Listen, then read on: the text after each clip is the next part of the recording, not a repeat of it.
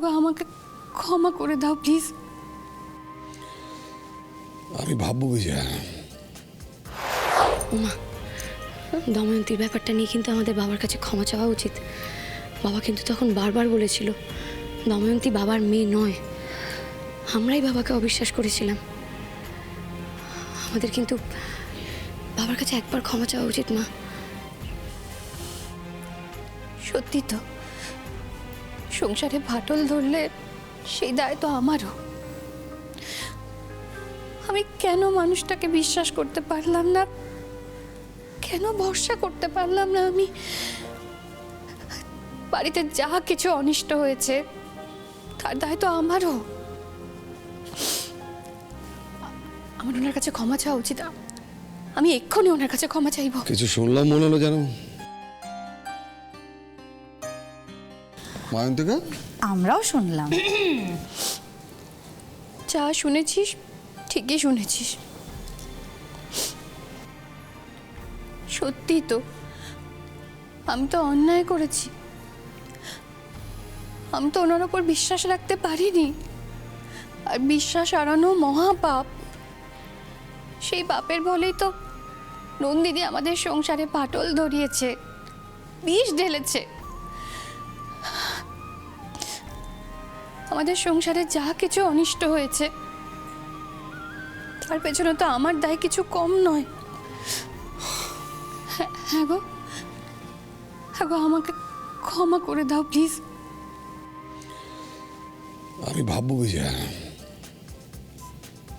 আমি ভাববো। আসলে বিষয়টা না এত সহজ না, বুঝলে তো। আমাকে ভাবার সময় দিতে হবে। অভিমান হয়েছিল, আর কিচ্ছু নয়। হ্যাঁ গো, আমি কিন্তু অন্তর থেকে কোনোদিন তোমার থেকে দূরে সরে যাইনি।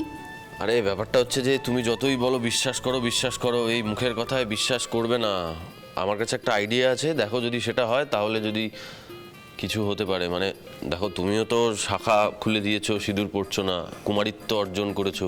আর তোমার কুমারিত্বের কারণে বাবাও কুমারত্ব অর্জন করেছে। তাই দুজনের এই কুমারীর কুমারত্বটা ভাঙানো উচিত। আমার মনে হয় তোমাদের তোমাদের একটা বিয়ে করা উচিত নতুন করে, এবং সেটা আগামীকালই। বিয়ে না, আমার মাথায় আরেকটাও প্ল্যান আছে। হানিমুনে পাঠানো যাবে? বলো বলো। বলছে হানিমুনে যেতে হবে। এটাও ভালো আইডিয়া।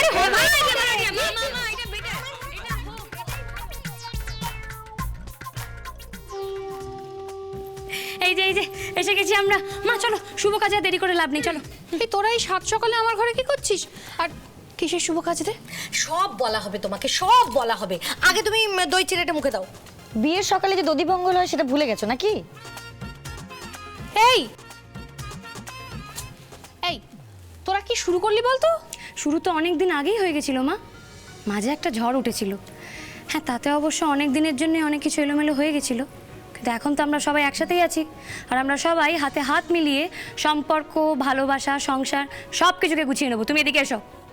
এত কাছেও তো আগে কখনো আসা হয়নি বলো মা। ভাগ্যের ঝড়টা এলো, তাই বুঝলাম তুমি কত বড় আশ্রয়।